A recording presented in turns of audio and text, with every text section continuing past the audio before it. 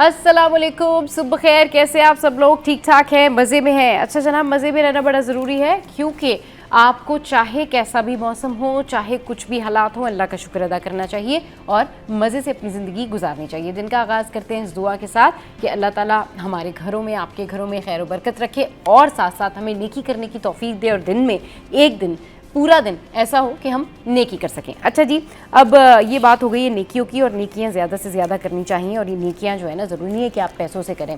अगर कोई परेशान है तो आप उसके पास जाके उससे पूछ सकते हैं कि वो क्यों परेशान है। ये भी एक तरह की नेकी हो जाएगी। अगर आपको लगता है कि आप कोई छोटी सी भी नेकी कर सकते हैं, किसी को पानी भी पिला सकते हैं, तो वो भी सवाब है। तो आप इस तरह की नेकी भी कर सकते हैं, क्योंकि बहुत सारे लोग कहते हैं ना कि नहीं, बहुत सारे पैसे होंगे तो शायद हम किसी की मदद करेंगे। नहीं, नेकी का ताल्लुक आपके एहसास के साथ जुड़ा हुआ है और आपकी नीयत के साथ जुड़ा हुआ है। अच्छा जी, अब ख़बरें आपके साथ में शेयर करते हैं। और ख़बरें क्या हैं? ख़बरें ये हैं कि भाई मैट्रिक बोर्ड में जिस तरह की ख़बरें सामने आ रही हैं, कराची में मैट्रिक इम्तहानात के दौरान नकलो बद इंतज़ामी पर अब सिंध हुकूमत ने मैट्रिक बोर्ड के 3 अफसरान को कर दिया है मुअत्तल। अच्छा जी, अब इसका बाकायदा तौर पर नोटिफिकेशन भी जारी कर दिया गया है। अच्छा, अब ये कहा जा रहा है कि जो तीनों अफसरान हैं, इनको चेयरमैन और सेक्रेटरी बोर्ड की फराहम करदा मालूमात पर मुअत्तल किया गया है। अच्छा, अब ये जो अफसरान हैं, अफसरान को इम्तहानी मराकज़ की तब्दीली और स्कूलों की पोस्टिंग का ज़िम्मेदार भी करार दिया गया। जबकि कराची में सानवी मैट्रिक बोर्ड के तहत 9वीं और 10वीं के जो इम्तहानात हैं वो जारी हैं। सबको पता ही है कि पेपर्स हो रहे हैं। अब ये पेपर जो हैं ट्रांसपेरेंट हों, साफ़ शफाफ हों, तो शफाफ इम्तहानात के हवाले से मैट्रिक बोर्ड इंतज़ामिया के जो दावे हैं वो धरे के धरे रह गए हैं। और 9वीं जमात का जो अंग्रेज़ी का पर्चा है, इम्तहान से आधा घंटा कबल ही आउट हो गया था। तो उसके बाद जो है ये सारी सूरत हाल है। दिस इज़ रियली सैड कि हमारे यहाँ जो तालीमी निज़ाम है उसका ये हाल है। हमेशा जिस तरह से इस हवाले से ख़बरें सामने आती हैं, मैं आपको कहती हूँ ना हमेशा कि जब मैट्रिक के पेपर शुरू होते हैं तो कोई और मसला बन जाता है। पेपर के बाद फिर रिज़ल्ट के लिए एहतजाज, फिर कभी तलबा की जानिब से, कभी असातिज़ा की जानिब से, फिर वालिदैन परेशान। और इस सारे सिनारियों में अगर देखा जाए तो आलमी तौर पर फिर हमारे जो बोर्ड की या हमारे तालीमी निज़ाम की जो रैंकिंग है, फिर वो कहाँ चली जाती है, ये आप ख़ुद सोच सकते हैं। अच्छा जी, एक और ख़बर जो है वो आपके साथ में शेयर करते हैं कि अगर आप बस में सफ़र कर रहे हैं और आपसे ज़ायद किराया लिया गया है, तो ये ख़बर है आपके लिए। शहर में ज़ायद यानी ज़्यादा किराया लेने वाली बसों के ख़िलाफ़ कराची इंतज़ामिया का क्रैकडाउन, और जो ज़्यादा किराया लिया गया था मुसाफिरों को वापस दिला दिया गया। अच्छा जी, बसों में जो है वो किराए अब चेक किए जा रहे हैं कि कहीं ज़्यादा तो नहीं लिए जा रहे हैं। सरकारी किराए की खिलाफ वर्जी के मुर्तकिब बस ऑपरेटर्स पर 6,80,000 जुर्माना आयद किया गया। मजमूई तौर पर 9,800 रुपये मुसाफिरों को वापस किए गए। टोटल कलेक्टिवली कराची में बसों के किराए में इजाफा नहीं किया गया है, जबकि ज़्यादा किराया लेने वालों के खिलाफ कार्रवाई की जा रही है। कमिश्नर कराची सैयद हसन नकवी साहब जो हैं, उनका ऐसा कहना है, दिस इज़ ग्रेट थिंग कि भाई कोई अगर SOP की खिलाफ वर्जी कर रहा है तो उसके खिलाफ क्रैकडाउन हो रहा है। और जो बसेस हैं इसमें स्टूडेंट भी सफ़र कर रहे होते हैं, इसमें बहुत सारे ऐसे लोग जा रहे होते हैं जो अफोर्ड नहीं कर सकते, और वो एक ख़ास जो है ना वो अपना बजट बना के जा रहे होते हैं। अगर उनसे इजाफी किराया लिया जाए तो बेचारे फिर क्या करेंगे। अच्छा जी, एक और ख़बर, और ये है अहम मुलाकात हुई है। और अहम मुलाकात है ये जनाब सदर मुमलिकत आसिफ अली ज़रदारी से वज़ीर आला सिंध सैयद मुराद अली शाह और गवर्नर सिंध निहाल हाशमी की बिलावल हाउस कराची में मुलाकात हुई। अब ये जो मुलाकात थी इसमें कलेक्टिवली सियासी सूरत हाल, खुसूसन सिंध के तरक्याती मनसूबों और बेहतर समाजी खिदमत के हसूल से मुताल्लिक जो है उमूर पर तबादला ख्याल किया गया है। अच्छा, कौमी और सूबाई सतह पर हम आहंगी के फ़रोग़ और अवामी खिदमत के अमल को मज़ीद मौसर बनाया जाए, सदर मुमलिकत का ऐसा कहना है। अच्छा, अब कुछ बात कर लेते हैं हम जी इस्लामाबाद यूनाइटेड के हवाले से। जी हाँ, इस्लामाबाद यूनाइटेड के जो खिलाड़ी हैं और जो उनके ऑफिशियल्स हैं, उनके हवाले से ये खबर है कि इस्लामाबाद यूनाइटेड के खिलाड़ियों और ऑफिशियल्स का SSU हेडक्वार्टर्स का दौरा, इन लोगों ने ये दौरा किया है। और वफ्द का SSU के पेशा वराना मयार को खराज तहसीन। सिक्योरिटी डिवीज़न की जानिब से खेलों के इवेंट्स के लिए सिक्योरिटी इंतजाम पर ब्रीफिंग दी गई। इस्लामाबाद यूनाइटेड का SSU की ऑपरेशनल सलाहियतों का मुशाहिदा, जबकि खिलाड़ियों को SSU की इंडोर फाइटिंग रेंज में अमली मशक भी करवाई गई। DIG सिक्योरिटी डॉक्टर मकसूद अहमद और कप्तान शादाब खान के दरमियान जो है सोवेनियर्स का तबादला हो गया। तो ये है जी खबर। अब आगे बढ़ते हैं और जल्दी से मौसम का हाल शेयर करते हैं, फिर जाएंगे ब्रेक पे। तो मौसम कैसा है? कराची का मौसम है जी, शहर में वक्फे से तेज़ हवाएं चलने का इम्कान है। अच्छा जी, वैसे फील हो रहा था कि आज कुछ हवा तेज़ है। अच्छा, शहर का जो मौजूदा दर्जा हरारत है वो है 27 डिग्री सेंटीग्रेड। शहर का कम से कम दर्जा हरारत जो है वो 25 डिग्री रिकॉर्ड किया गया है, और ज़्यादा से ज़्यादा दर्जा हरारत जो है वो 34 डिग्री तक जाने का इम्कान है। हवा में नमी का तनासुब 77% है। चलिए जी, ये है जी मौसम की सूरत हाल जो मैंने आपके साथ शेयर की। अब जाएंगे ब्रेक पे, ब्रेक के बाद वापस आएंगे तो फिर आपको बताएंगे कि वर्गो, लिब्रा और स्कॉर्पियो, लियो, ये सब जो है इस हफ्ते इनके स्टार्स जो हैं और ये जिससे रिलेट करते हैं, इनमें क्या कुछ होगा, जानेंगे स्टार साइज के बारे में। हमारे साथ रहिए।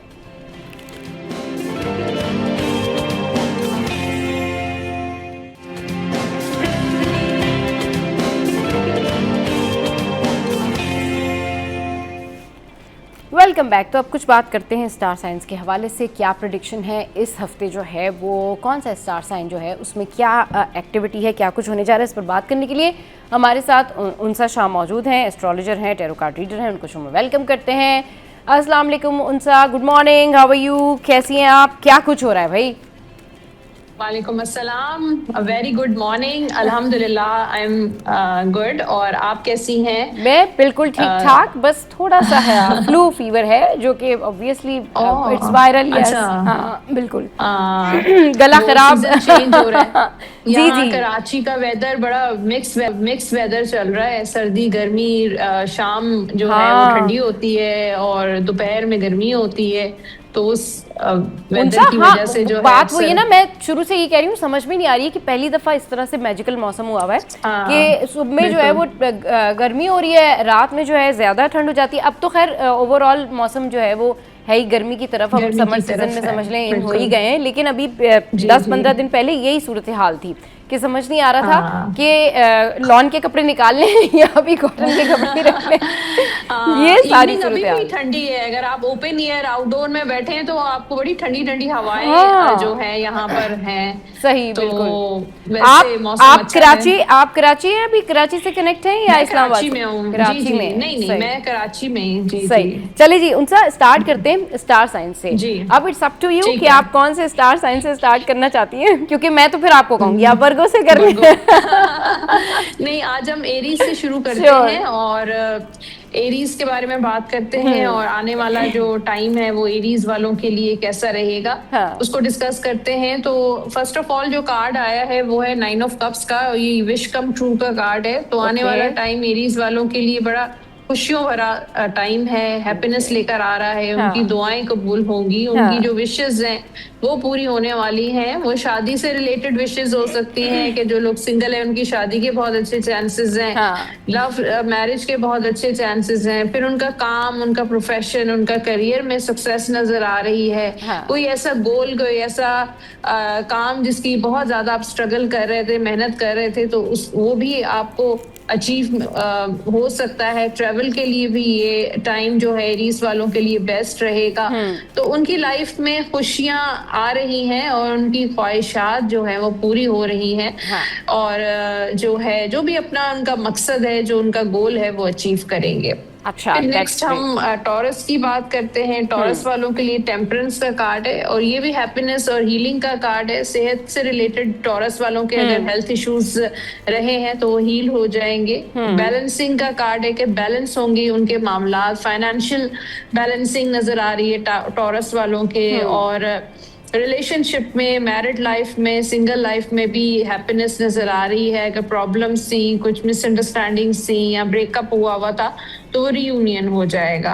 फिर ये कार्ड पेशेंस का कार्ड है कि आप पेशेंस रखें। ठीक है, एक मैसेज है टॉरस वालों के लिए कि किसी भी काम को लेके आपने जल्दबाजी नहीं करनी है। बी पेशेंस, ये बहुत इंपॉर्टेंट है कि बहुत आराम से, बहुत सुकून से, बहुत पीसफुल माइंड के साथ काम करें। या अगर कोई लाइफ का डिसीजन लेना है शादी को लेकर या अपनी जॉब, अपने करियर को लेकर, तो आपने बहुत पीसफुली और बहुत पेशेंस के साथ चलना है। फिर नेक्स्ट हम बात करते हैं जेमिनाई वालों की। यहाँ पे स्ट्रेंथ का कार्ड है जो बड़ा पावरफुल कार्ड होता है, बहुत विल पावर का कार्ड होता है कि अगर आपके कामों में कभी रुकावटें आ सकती हैं या काम आपके अगर डिले हो रहे हैं, कुछ प्लान किया है जैसे शादी को लेकर या ट्रैवल करना है या किसी जॉब को लेकर आप कोशिश कर रहे हैं लेकिन डिले पे डिले आपके मामलात हो रहे हैं, तो इसमें जरूर कोई बेहतरी है। आपने गिव अप नहीं करना है, बल्कि आपने अपनी विल पावर और अपनी इनर स्ट्रेंथ, क्योंकि अल्लाह ताला ताला ने इंसान को अशरफुल मखलूकात का दर्जा दिया, बहुत ज्यादा पावरफुल है हम लोग। तो हमें हिम्मत नहीं हारनी चाहिए और अपनी विल पावर से, अपनी हिम्मत से अपने आगे कामों को लेकर चलें, ठीक है। राइट। फिर बात करते हैं कैंसर वालों की। तो कैंसर वालों के लिए नाइट ऑफ पेंटिकल्स का कार्ड है, तो थोड़ा सा कैंसर वालों के लिए पैसों को लेकर थोड़े इश्यूज हो सकते हैं, फाइनेंशियल मैटर्स। जल्दी किसी पे ट्रस्ट नहीं करें। अगर आप पैसों के लेन देन है या आप कोई इन्वेस्टमेंट कर रहे हैं, कोई प्रॉपर्टी से रिलेटेड कोई काम है आपका, तो आपने पैसों को लिया, कोई कहीं से लोन लेना है या कोई आपसे लोन ले रहा है, तो आप जल्दी लोगों पे ट्रस्ट नहीं करें और पैसों के सारे जो मामलात हैं वो बहुत अच्छे तरीके से सोच समझ के आप करें। अच्छा। फिर ये थोड़ा सा स्लो चलेगा, मतलब ये टाइम जो है थोड़ा स्लो, जैसे शादी को लेकर डिलेज हो सकते हैं या जॉब अगर आप ट्राई कर रहे हैं, कहीं स्विच करना चाहते हैं, तो वो थोड़ा स्लो प्रोसेस जो है वो आपका स्लो चल सकता है। या आपने वीजा इमिग्रेशन वगैरह के लिए अप्लाई किया है तो उस चीज को लेकर भी प्रोसेस थोड़ा स्लो हो सकता है। सही। नेक्स्ट लियो की तरफ चलते हैं। लियो वालों के लिए बहुत जबरदस्त एनर्जी है, आने वाला टाइम लियो वालों के लिए बहुत खुशियां लेकर आ रहा है। सन का कार्ड है, हैप्पीनेस का कार्ड है, ब्लेसिंग्स का कार्ड है कि बरकत, आपके कामों में बरकत होगी, आपकी जिंदगी में बरकत होगी। कुछ कोई अच्छा आप काम कर रहे हैं, लगता है किसी को सपोर्ट कर रहे हैं या आप बहुत ज्यादा सदका खैरात चैरिटी वर्क करते हैं, तो उससे ये है कि आपके कामों में भी आसानी नजर आ रही है। तो एक कुदरती सपोर्ट रहेगी आपके लिए और आने वाला जो टाइम है वो बहुत अच्छा रहेगा आपका। सो अब जो है वर्गो की बात करते हैं। यहाँ पे एस ऑफ वॉन्ड्स का कार्ड है, तो वर्गो वालों के लिए कुछ न्यू बिगिनिंग्स हैं, स्पेशली करियर और प्रोफेशन को लेकर कोई न्यू ऑफर आ सकती है, कोई न्यू प्रोजेक्ट आपका शुरू हो सकता है, कोई न्यू बिजनेस अगर आप शुरू करना चाहते हैं, कहीं नई जगह पे इन्वेस्टमेंट आप करना चाहते हैं, कोई सेविंग करना चाह रहे हैं, तो काम को लेकर, पैसों को लेकर जो भी है, कोई न्यू बिगनिंग है, कोई न्यू काम की न्यू जर्नी आपकी शुरू होने वाली है। इस और बहुत एक्साइटमेंट हो सकता है हो आपकी, और एक पैशन नजर आ रहा है और काम करने का जो जोश और जज्बा नजर आ रहा है कि अपने करियर, अपने प्रोफेशन में कुछ करके दिखाने वाला जज्बा नजर आ रहा है वर्गों का। अच्छा। तो न्यू शुरू, और ये भी हो सकता है कोई न्यू रिलेशनशिप बन सकता है, शादी किसी पे जगह पे कोई प्रपोजल आपका आ सकता है, कोई आपको प्रपोज कर सकता है। अच्छा। और हेल्थ और फाइनेंस और बाकी चीजें, हेल्थ वाइज थोड़ी वीकनेस हो सकती है, जैसे ब्लड प्रेशर लो हो गया, शुगर डाउन हो गई, थोड़ा चक्कर आ रहे हैं, तो कमजोरी जैसे सेहत को लेकर, या तो आप प्रॉपर सही तरीके से डाइट नहीं लेते हैं, अपनी खुराक का ख्याल नहीं रहते हैं, इग्नोर करते हैं, या आप बहुत ज्यादा एक डाइट उसको फॉलो कर रहे हैं, तो थोड़ी कमजोरी मुझे नजर आ रही है। और जो खवातीन हैं, फीमेल्स हैं जो वर्गो, उनके जैसे कुछ ऐसे साइकिल कोई उनका डिस्टर्ब हो सकता है, तो ये इश्यूज हैं। तो अपनी सेहत का ख्याल रखें और अपने आप को हाइड्रेट और हेल्दी जो है खाना ग़िज़ा खाएं। सही। ट्रैवल को लेकर कोई चांसेस बन सकते हैं यहाँ पे। मुझे लगता है कि वर्गो तो रेडी बैठा है कहीं ट्रैवल करने के लिए, लेकिन कोई अपॉर्चुनिटी नहीं आ रही या कुछ ऐसा मौका नहीं आ रहा। सो आप जो है प्रिपेयर रहें, किसी भी वक्त अनएक्सपेक्टेडली आपका कोई ट्रैवल बन सकता है। सही। अच्छा। सो लिब्रा की बात करते हैं। यहाँ पे 6 ऑफ वॉन्ड्स का कार्ड है, जो कामयाबी का कार्ड होता है, हैप्पीनेस का कार्ड होता है। तो लिब्रा वालों के लिए आने वाला टाइम बहुत मुबारक है, सक्सेस लेकर आ रहा है, उनकी विशेस पूरी हो रही हैं, उनकी जिंदगी में खुशियां आ रही हैं। अब वो शादी का टाइम भी बहुत अच्छा है, जो लोग सिंगल हैं इस वक्त शादी करेंगे तो भी बहुत अच्छा है। मैरिड लाइफ में भी मामलात आपके अच्छे चल रहे हैं, अगर कोई लड़ाई झगड़े हैं, कोई थर्ड पार्टी सिचुएशन है तो वो खत्म हो जाएगी। अच्छा, that's great. और करियर में भी मुझे लगता है हो सकता है आप कहीं मूव करें, अपनी जॉब या उसको लेकर, बिजनेस को लेकर आप कहीं किसी और सिटी में, किसी और कंट्री में आप मूव कर सकते हैं। तो कामयाबी है, किसी काम को लेकर आप बहुत काफी अरसे से कोशिश कर रहे थे, वो नहीं हो रहा था, तो अब होने वाला है। राइट। अब स्कॉर्पियो की बात करते हैं। स्कॉर्पियो वालों के लिए जो कार्ड है फूल का कार्ड है, और फूल का कार्ड न्यू बिगनिंग्स को शो करता है कि कुछ न्यू स्टार्ट, कोई न्यू जर्नी, कोई नए काम की इब्तिदा आपकी जिंदगी में, कोई चेंज नजर आ रहा है कि आपकी लाइफ में कोई नया इंसान आ सकता है, आपकी लाइफ कुछ टोटली चेंज हो सकती है। पास्ट अगर आपका अच्छा नहीं था तो उसमें से आप मूव ऑन कर रहे हैं और आगे आपकी लाइफ फ्यूचर बहुत अच्छी है। एक न्यू होप और न्यू फेथ को लेकर ये कार्ड होता है। Right. So new journey start हो रही है इनकी स्कॉर्पियो वालों की, और एक नया काम, कोई नए फाइनेंशियल मैटर्स या किसी न्यू ट्रैवल पे आप जा सकते हैं। सही। फिर सजिटेरियस की बात है, एम्परर का कार्ड है, तो सजिटेरियस वालों के लिए रिस्पॉन्सिबिलिटीज बढ़ेंगी, जिम्मेदारियों में इजाफा होगा। काम की जिम्मेदारियां हो सकती हैं या फिर अपने घर की जिम्मेदारियां हो सकती हैं, लेकिन उनको अपनी लाइफ में डिसिप्लिन बहुत इंपॉर्टेंट है। टाइम मैनेजमेंट बहुत इंपॉर्टेंट है कि अपनी जिंदगी को डिसिप्लिन के साथ गुजारें। वक्त पे उठें, वक्त पे खाना खाएं, वक्त पे काम पे जाएं, ये बहुत इंपॉर्टेंट है। और जिस चीज का वक्त है उसको प्रॉपर तरीके से वक्त देने के, घर वालों को भी आप वक्त दें, काम को भी वक्त दें, अपनी जात को भी आपने फॉरगेट नहीं करना है, बल्कि अपने आप को भी टाइम देना है। राइट। अच्छा। सो कैप्रिकॉन के लिए थोड़ा सा एंजाइटीज हैं, थोड़ा सा वरीज है, या फिर कोई फियर मुझे नजर आ रहा है कि जॉब इनसिक्योरिटी हो सकती है, फाइनेंशियल इनसिक्योरिटीज हो सकती हैं, या रिलेशनशिप में कुछ ऐसी मामलात हैं जो आपको बहुत ज्यादा एंजाइटी दे रही हैं, या सेहत को लेकर कुछ ऐसी चीजें हैं जो आपको एंजाइटीज दे रही हैं। तो आप कोशिश करें कि एक्सरसाइज आपके लिए बहुत अच्छी रहेगी कैप्रिकॉन वालों के लिए। योगा करें, मेडिटेशन करें, एक्सरसाइजेस करें, चाहे जिम ज्वाइन करें या घर पे कुछ एक्सरसाइजेस करें, और वॉक बहुत अच्छा है ताकि आपका माइंड जो है ना वो रिलैक्स हो। रिलैक्स होना बहुत इंपॉर्टेंट है। फिर एक्वेरियस की बात करते हैं, 9 ऑफ पेंटिकल्स, तो पैसा आ रहा है एक्वेरियस वालों के पास, कोई लॉटरी लग सकती है, कोई जैकपॉट लग सकता है, और सिंगल है तो मैरिज हो जाएगी, खुशियां आ रही हैं। और यहाँ पे सेल्फ लव का भी कार्ड है कि एक्वेरियस अब अपने आप को वक्त दे रहे हैं, अपनी सेहत पे फोकस कर रहे हैं, अपने आप पे फोकस कर रहे हैं। फिर इस टाइम जो मुझे लगता है कि कुछ शॉपिंग वॉपिंग भी नजर आ रही है, खूब अपने ऊपर भी पैसा खर्च कर रहे हैं एक्वेरियस।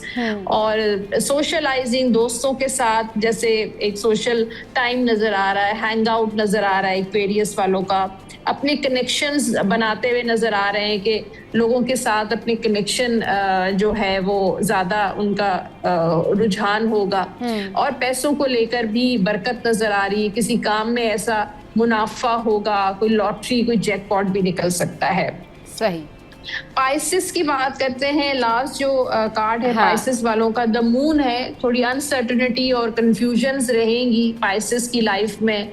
कोई फैसला करना है या कोई काम करना है तो थोड़ी सी उलझन रहेगी, अनसर्टन रहेंगे, कंफ्यूज रहेंगे, करें या नहीं करें। अब अगर आप, हो सकता है कुछ ऐसे लोग हैं जो आपसे जेलस हैं, वर्क प्लेस पर हो सकते हैं, फैमिली में या दोस्तों में कुछ ऐसे लोग हैं, तो उनसे थोड़ा सा आपने अपने आप को जो है बचा के रखना है।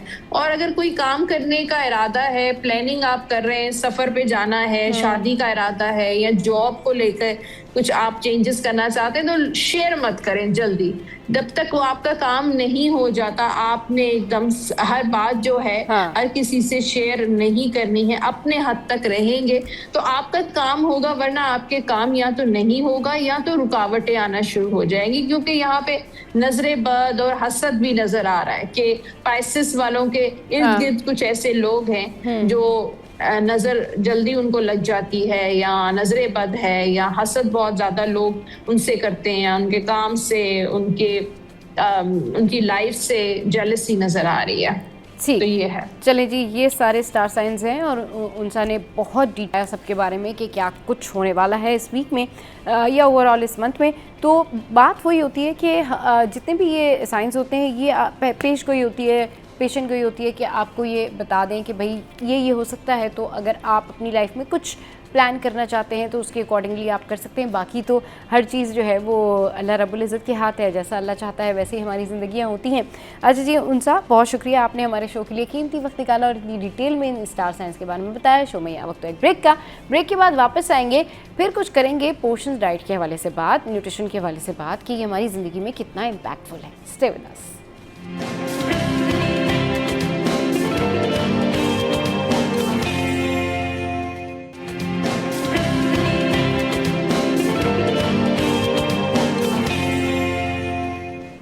Welcome back. हम डाइट के बारे में बहुत ज़्यादा बात करते हैं और हमारी कोशिश होती है कि लोगों को पता चल सके कि वो अपना लाइफस्टाइल कैसे मेंटेन कर सकते हैं। वज़न कम करना, अपने आप को परफेक्ट रखना सिर्फ यही काफ़ी नहीं होता, बल्कि इसके लिए आपको बहुत सारी चीज़ें जो हैं वो करनी होती हैं। आपको अपनी हेल्थ का ख्याल रखना होता है, अच्छी हेल्दी डाइट लेनी होती है, हेल्दी रूटीन फॉलो करना होता है, सुबह जल्दी उठना होता है, फिर आपने इसके बीच में वॉक है, एक्सरसाइज है, वाटर इनटेक है, स्ट्रेस रिलीफ है। ये सारी चीज़ें मिलके आपकी पर्सनालिटी को जो है वो कंबाइन करती हैं और फिर आप कहीं जाके हेल्दी नज़र आते हैं। आप कहते हैं कि मेरा लाइफस्टाइल जो है वो हेल्दी है। 15 दिन सुबह जल्दी उठ जाना या थोड़ा बहुत डाइट कर लेना या रूल्स फॉलो करने को आप हेल्दी लाइफ नहीं कहते हैं। ये रूटीन आपको साल साल फॉलो करनी होती है, लेकिन लोग यूजुअली ये नहीं कर पाते और फिर 3 मंथ, 3 मंथ्स या फिर जो है वो 1 महीना या फिर 15 दिन की जो क्रैश डाइट है या 15 दिन की जो क्रैश पोर्शन डाइट है वो कर रहे होते हैं। अच्छा, अब ये जो पोर्शन कंट्रोल है हेल्दी लाइफस्टाइल का, ये पोर्शन डाइट जो है ये किस तरह से आप कंटिन्यू करते हैं, इसको कैरी कैसे किया जा सकता है, इसका क्या इम्पैक्ट है, इस पर बात करने के लिए हमारे साथ नौशीन अब्बास मौजूद हैं जो कि न्यूट्रिशनिस्ट हैं। उनको शो में वेलकम करते हैं। अस्सलाम वालेकुम, welcome to the show. Good morning, कैसी हैं नौशीन, आप ठीक हैं? अस्सलाम वालेकुम, मेरा वेरी गुड मॉर्निंग। अल्हम्दुलिल्लाह ठीक ठाक, आप बताएं, आप खैरियत से हैं? बिल्कुल ठीक ठाक अल्हम्दुलिल्लाह। ये बताइए कि आज हम पोर्शन डाइट के बारे में बात कर रहे हैं, तो पहले तो ख़वातीन को ये समझाइए कि ये जो पोर्शन डाइट है बेसिकली ये होती क्या है। इसका मतलब है थोड़ा थोड़ा खाते रहना, मतलब किसी चीज़ से खाने से मना नहीं है, आप जो चाहें वो खा सकते हैं, बट बीइंग अ न्यूट्रिशनिस्ट आप लोगों को एक प्रॉपर गाइडेंस दें कि ये जो पोर्शन डाइट है इसमें क्या सब कुछ खाया जा सकता है थोड़ा थोड़ा, या फिर इसमें भी कोई रिस्ट्रिक्शन है, और दिन का आगाज़ कौन से खानों से करें, कौन से नाश्तों से करें, और थ्रू आउट ये जो पोर्शन डाइट है जिसको है थोड़ा थोड़ा खा लें, इसमें क्या खाना चाहिए और ये रूटीन कैसे कंटिन्यू होगी? So being a doctor and a nutritionist, the most common question I get to hear every time लोग पूछते हैं हमने क्या खाना है। हाँ। और हमने क्या खाना है, और मैं उनसे कहती हूँ कि क्या खाने के साथ हमें ये भी पता होना चाहिए कि हमने कितना खाना है। हाँ। ठीक है, पोर्शन कंट्रोल का मकसद यही है कि यू एंजॉय आई नॉट से ऑल सॉर्ट्स ऑफ फूड। जो हो सकता है कि उसमें आपके बड़ी आप इंक्लाइंड हो बेकरी आइटम्स की तरफ, तो आप कहें जी डॉक्टर साहिबा ने तो कहा था कि जी ऑल सॉर्ट्स ऑफ फूड्स हो सकते हैं। हाँ। तो बेसिकली हुआ ये कि पहले एक टाइम था जब आपने नाम सुना होगा फूड पिरामिड के नाम से, एक ट्रायंगुलर इस तरह का एक वो होता था और उसमें डिफरेंट फूड ग्रुप्स मेंशन होते थे। कार्बोहाइड्रेट्स हैं, प्रोटीन्स हैं, फैट्स हैं, वेजिटेबल्स हैं, फ्रूट्स हैं, you know water and all that. So then this concept was changed by my plate concept. अगर मैंने आपके उनसे रिक्वेस्ट भी की थी कि जरूर से डिस्प्ले करें कि माय प्लेट होता क्या है। मेरी ये माय प्लेट जो है, आपकी प्लेट है, मेरी प्लेट है, कर क्या रही है, it's a portion control plate. ठीक है। अच्छा, जब when we are talking about portion control, people think कि हमारे पास वेइंग स्केल होना चाहिए और हर चीज को हम वे करेंगे। और let me give you a very सस्ता आसान तरीका। करना क्या है, ये आपकी मुट्ठी है, फिस्ट, ये आपके कार्बोहाइड्रेट्स हैं। ठीक है, एक फिस्ट। ठीक, आपका ये पाम जो है, ये पाम साइज, ये आपके प्रोटीन्स हैं। ठीक है, ये हो गया। ये आपके फैट्स हैं, यानी कि बटर एंड ड्राई नट्स हो गए, और ये दो मुट्ठियां, ये वाली दो मुट्ठियां आपकी वेजिटेबल्स हो गई। ठीक है। अगर आप माय प्लेट देखें तो हो क्या रहा है कि 1/4 उसमें हमने कार्बोहाइड्रेट, जिसमें हो क्या सकता है, चपाती है, ब्रेड है, राइस है, आपने ये रख लिया। तीनों चीजों की फ्लेक्शन के लिए नाश्ता करें तो ऑफ कोर्स आप राइस तो नहीं खाएंगे ना नाश्ते में, तो उस वक्त आप ब्रेड ले सकते हैं। ठीक है।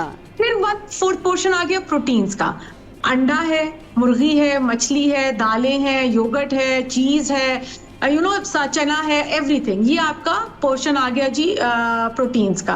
अब जो एक हाफ ऑफ द प्लेट है उसमें एक स्मॉल पोर्शन है फ्रूट का, 1 फ्रूट अ डे, और बाकी वेजिटेबल्स हैं।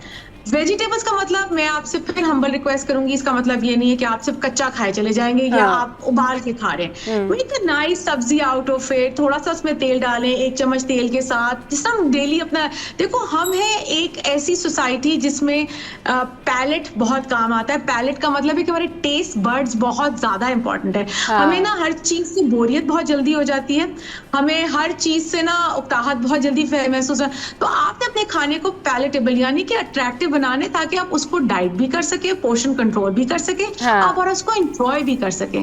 जिस चीज को आप लॉन्गर टाइम तक एंजॉय करेंगे ना, that can become your lifestyle, और वो हेल्दी वाला। तो this is the main concept of my plate. Right अब ये जो माई प्लेट का आपने कॉन्सेप्ट बताया ना, दैट्स अमेजिंग कॉन्सेप्ट, लोगों को चाहिए कि इसको फॉलो करें। अब बात ये है कि दिन में अब एक खातून घर में अकेले हैं, ठीक है, अब ये जो माई प्लेट वाला कॉन्सेप्ट है, उनकी अपनी प्लेट वो उन्हीं के पास है, अब वो उसमें पोर्शन डाइट में पूरा दिन क्या खाएं, क्या क्या कुछ करें ताकि वो इसका इम्पैक्ट उनके ऊपर हो सके और ये पोर्शन डाइट का उनको फ़ायदा हो सके, ये बताइए।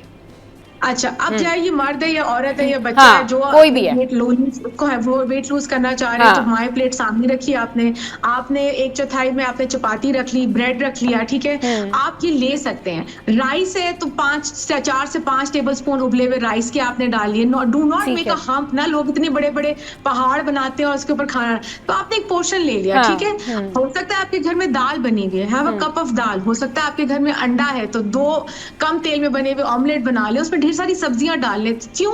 क्योंकि वो फुलफिलिंग भी होगा और आपको ये महसूस भी नहीं होगा कि मेरा पेट खाली हो रहा है, ठीक है। तो ये सारी चीजें। उसके बाद हम क्या कर सकते हैं कि आपके पास फ्रूट्स हैं और ताजा फ्रूट इस्तेमाल करें। ताजा फ्रूट से मेरी मुराद ये है कि आपके पास सारी इतनी हमारी जो सीजन में फ्रूट्स आते हैं, हम फ्रोजन फ्रूट्स की तरफ बहुत जाते हैं। हमारी कोशिश होगी कि हम सर्दियों में मैंगोज एंजॉय करें और हम गर्मियों में स्ट्रॉबेरीज एंजॉय करें। हम क्यों फ्रीज कर, ताजा फ्रूट हर किस्म का आता है, आप वो इस्तेमाल करें। ताजी सब्जियां हैं आपके घर में, अगर सलाद में जरूर कहती हूँ आप लें, क्यों? क्योंकि वो एक तरह का एंटीऑक्सीडेंट है, वो आपकी बॉडी से सारे फ्री रेडिकल्स को निकाल देता है, यानी कि गैर जरूरी चीजों को निकालता है। स्किन बेहतर होती है, इम्यूनिटी बेहतर होती है, यू फील नरिश्ड ऑल्सो। सो आपने खीरा काट लिया, अगेन इट हैज विटामिन। आपने टमाटर ले लिया, विटामिन सी से रिच है। अनियंस ले ली, जो डाइजेशन में बहुत हेल्प आउट करते हैं। योगर्ट का इस्तेमाल, देखो माई प्लेट में अगर 4 चीजें हैं ना, तो एक साइड पे आपने देखो कोई ग्लास सा बना हुआ था, वो आपका डेयरी का मतलब ये नहीं कि एक ग्लास भर के दूध का पी लिया। Dairy can be your dahi, can be cheese also, can be a portion of milk also. So ये वो सारी चीजें हैं, जब आप माई प्लेट बनाएंगे तो आपको लगेगा ओ माय गॉड, ये मैं इतना ज्यादा कैसे मेरे प्लेट में आ गया। वो है ये कि वो पोर्शन कंट्रोल है, लेकिन वो आपको बैलेंस ईटिंग की तरफ लेके जा रहा है।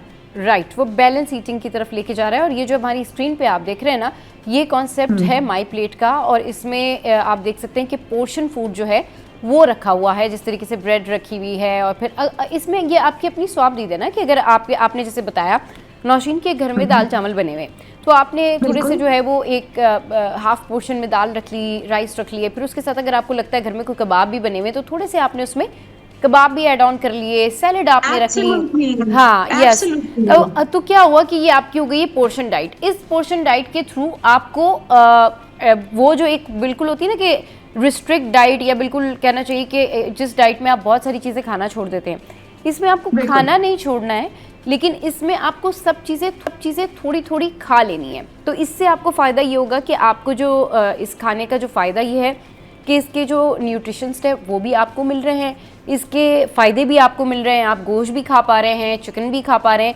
लेकिन क्वांटिटी जो है वो कम है और पोर्शन में वो डिवाइड हो गई। राइट नौशीन, ऐसे ही है? एब्सोल्युटली, आपके पास सारे ग्रुप्स आ रहे हैं। आपको जरूरी नहीं है कि आप उबला हुआ खाना खा रहे हैं। आपके पास सारी चीजें हैं, आपने उसको एंजॉय भी करना है। देखो मैं हमेशा कहती हूँ कि जर्नी, अगर आप जर्नी को एंजॉय नहीं करेंगे ना, तो आप उस जर्नी को कंटिन्यू नहीं कर सकते।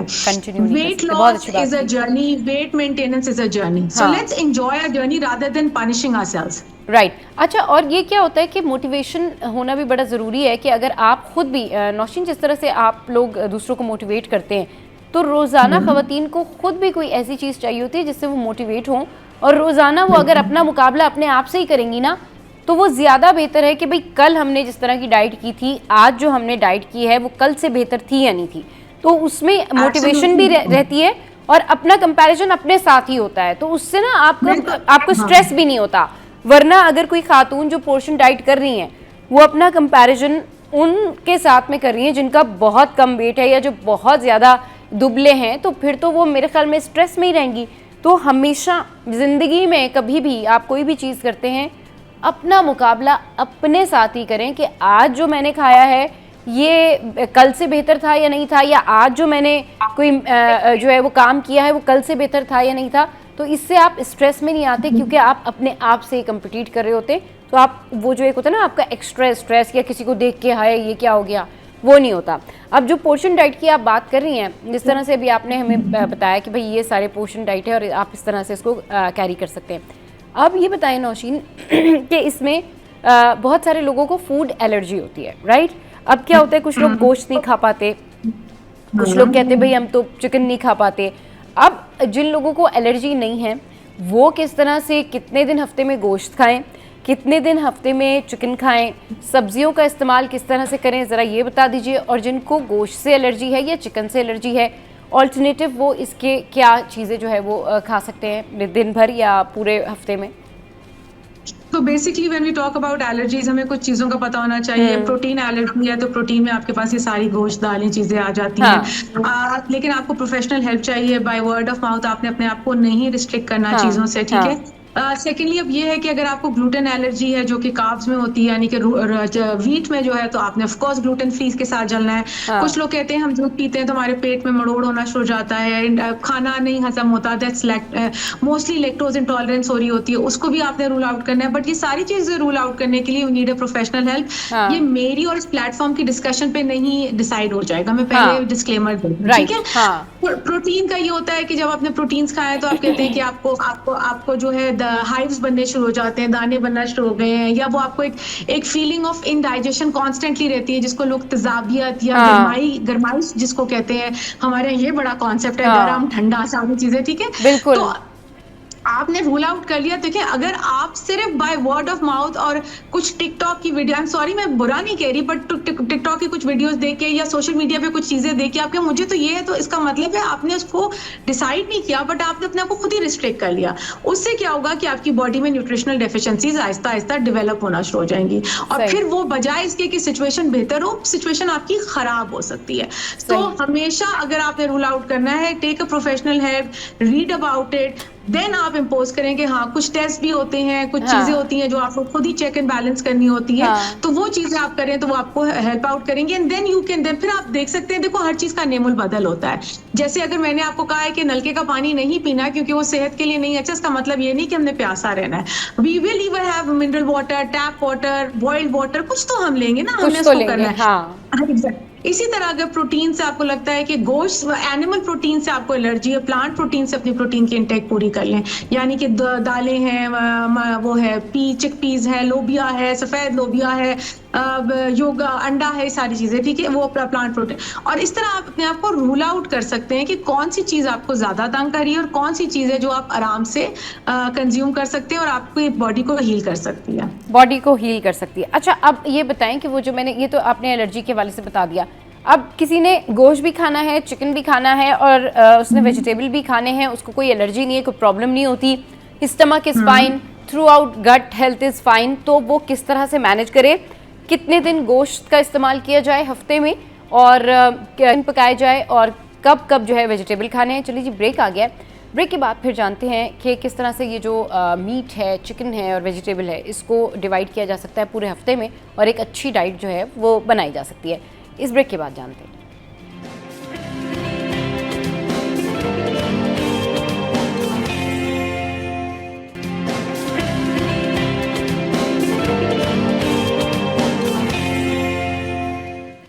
Welcome back. बात हो रही है पोर्शन डाइट की। नौशीन हमारे साथ मौजूद है। नौशीन से पूछते हैं, नौशीन कैसे फिर डिवाइड करें हम अपना जो है ना ये फूड इनटेक, किस तरीके से इसको मैनेज करें? कब कब चिकन खानी है, कैसे फिर मीट का इस्तेमाल करना है, और वेजिटेबल जो है वो कैसे फिर इस्तेमाल कर रहे हैं? पूरे हफ्ते में क्या डाइट प्लान होना चाहिए? सो फ्रूट्स एंड वेजिटेबल आपके डाइट का रोजाना का पार्ट होना चाहिए। हाँ। सिर्फ फ्रूट्स लेते हुए आपने कोशिश करनी है कि रात में नहीं खाना, दिन में आपने फ्रूट लेना है, ठीक है। And the best time is the midday time to take your fruit, decided. उसके बाद प्रोटीन्स की बात आती है। 2 तरह के प्रोटीन्स हैं आपके पास। प्लांट प्रोटीन्स हैं, यानी कि मैंने दालों में बीन्स और सब चीज मेंशन किया। आपके पास एनिमल प्रोटीन्स हैं। देखो बीफ जो है वो जनरली हम रेकमेंड बच्चों में ही करते हैं। अगर आयरन डेफिशिएंसी है ना, बड़ों में हम बीफ खाना कम करते हैं क्योंकि उसमें हाई कोलेस्ट्रॉल और ट्राइग्लिसराइड्स आपके ऊपर नीचे हो सकते हैं। फिर आता है मटन और आता है चिकन। आपने मिक्स एंड मैच करना है। मैं ये कहती हूँ कि हफ्ते में अगर आपके पास 7 दिन है तो उसमें से 4 दिन आप ले लें एनिमल प्रोटीन, उसको डिवाइड कर लें। हाँ। और 3 दिन आप ले लें प्लांट प्रोटीन। अनफॉर्चुनेटली होता ये कि जो प्लांट प्रोटीन या सब्जी भी हम बना रहे हैं तो हम उसमें भी गोश्त डाल देते हैं। सो आपने कोशिश करना है कि जैसे हफ्ते में 2 दफा मटन ले लिया, 2 दफा चिकन ले लिया, बाकी दफा दालें ले ली, बीन्स ले लिए, सब्जी के साथ मिक्स एंड मैच करके आपने उसको बना लिया, ठीक है। So this is how you. पकाना कैसे? पकाना अपने तरीके से पकाना। Oil exactly, everybody has a different way of cooking. आपने सिर्फ उसको ऑयल जो है उसको कम इस्तेमाल करना है। आपने ऑयल जो यूज करना है वो बेसिकली प्लांट सोर्स होना चाहिए। एनिमल सोर्स जो होते हैं, जो घी वगैरह होते हैं, उसमें खाना ना बनाए, क्योंकि डेफिनेटली जो चीज रूम टेम्परेचर पे सॉलिड है वो अंदर जाके भी बॉडी में सॉलिड ही रहती है, तो वो आपकी आर्टरीज वगैरह को ब्लॉक कर सकती है। So this is how you do. और ये जितनी भी हम बातें कर रहे हैं इस प्लेटफॉर्म पे, this is not going to be like हम ये नहीं कह सकते अभी हमने खत्म किया और सब अडॉप्ट कर लेंगे।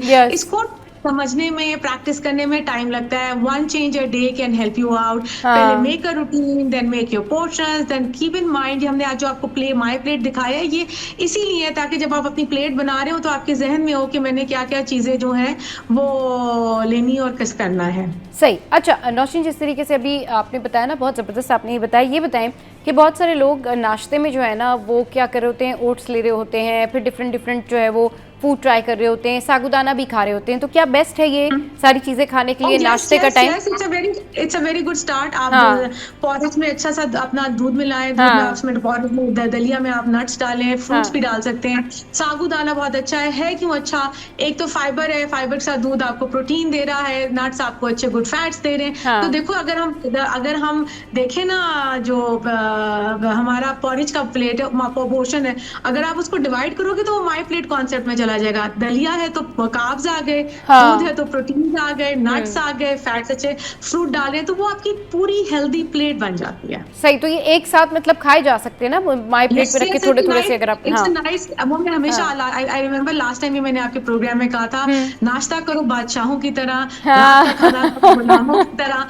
You give a good start to your day ताकि आपके पास अच्छा दिन आपका गुजरे, आपके पास एनर्जी हो, हेल्दी आपने खाया हुआ हो। ये वो चीजें हैं जो स्लोली डाइजेस्ट होती हैं, क्योंकि देखो जो भी चीज बहुत रिफाइंड होगी ना, जैसे शुगर हो गई, वाइट ब्रेड हो गई, वाइट आटा हो गया, या ऐसे बेकरी आइटम्स, ये बहुत जल्दी डाइजेस्ट हो जाते हैं क्योंकि रिफाइंड होते हैं और आपको बार बार भूख लगती है। तो ये चीजें जो है ये स्लोली डाइजेस्ट होती है, they give you energy for the longer period of time. सही। अच्छा नौशीन, अब मैं आपसे पूछती हूँ कि हमारे यहाँ पर एक रूटीन, एक माहौल ये भी है कि जी रात में बच्चों को कहा जाता है कि भाई आप लोग जो हैं वो दूध पीकर सो जाएं, इससे आपकी हड्डियां, बोन्स, ये सारी चीज़ें अच्छी होंगी।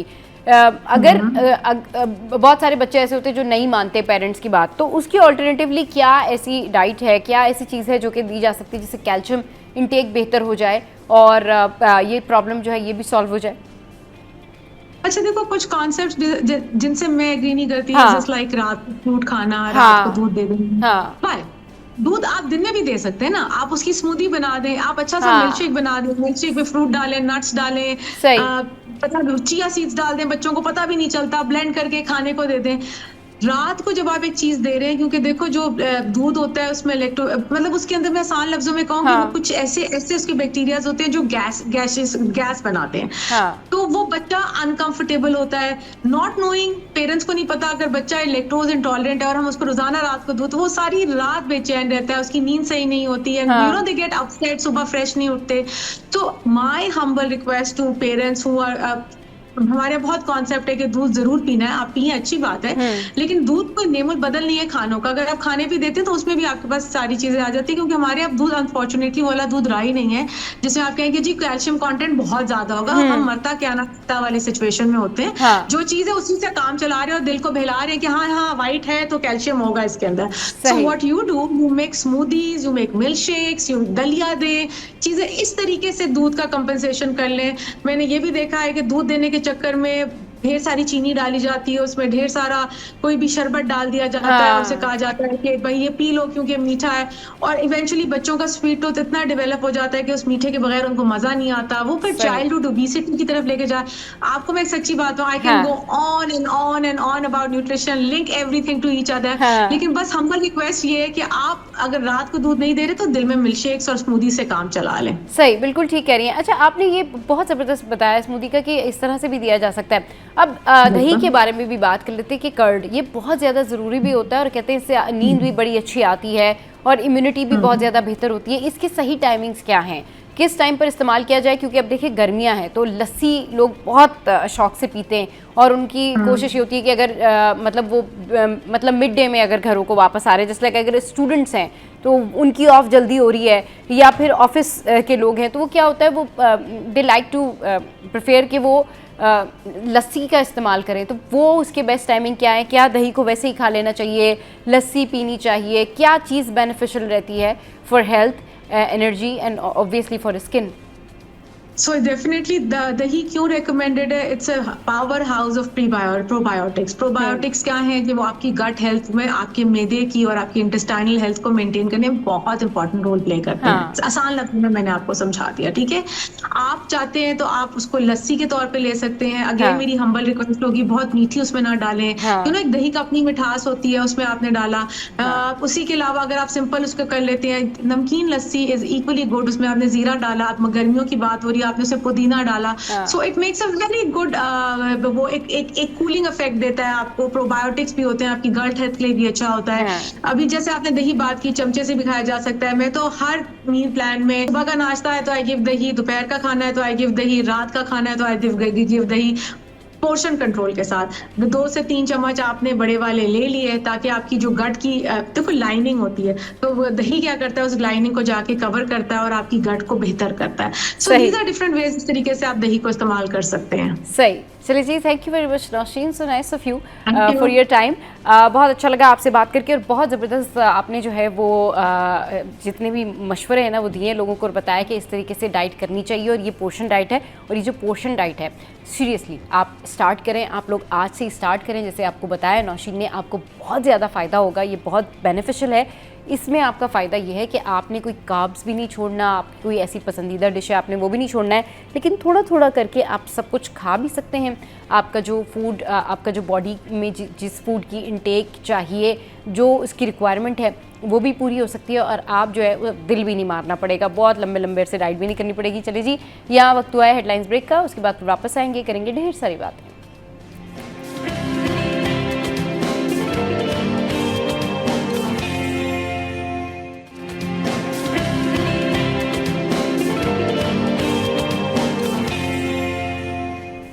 Welcome back. भाई बात करते हैं कुछ शादियों के हवाले से। वैसे तो ये शादी सीज़न है, लेकिन बहुत सारे ऐसे लोग हैं जिनकी शादियां नहीं हो पाती, या बहुत सारी ऐसी ख़वातीन हैं जिनकी बहुत ज़्यादा एज हो गई है और उनकी शादी नहीं होती। मर्द हज़रात का भी यही हाल है।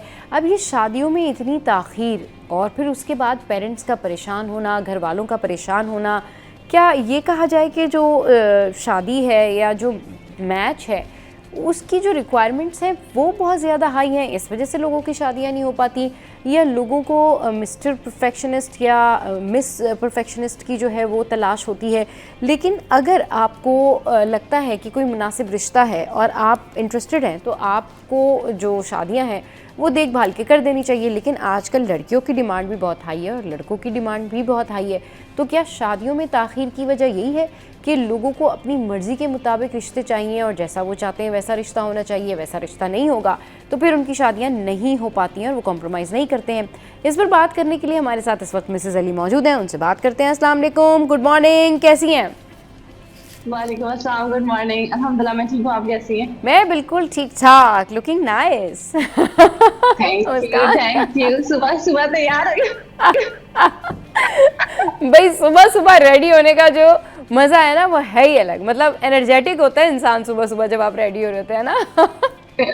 नाश्ता नहीं किया ना, बस थोड़ी एनर्जी आ रही है। हाँ, नाश्ता नहीं किया। चलिए जी, बगैर नाश्ते के आप हमारे शो में हमारे साथ कनेक्टेड हैं, दैट्स रियली ग्रेट।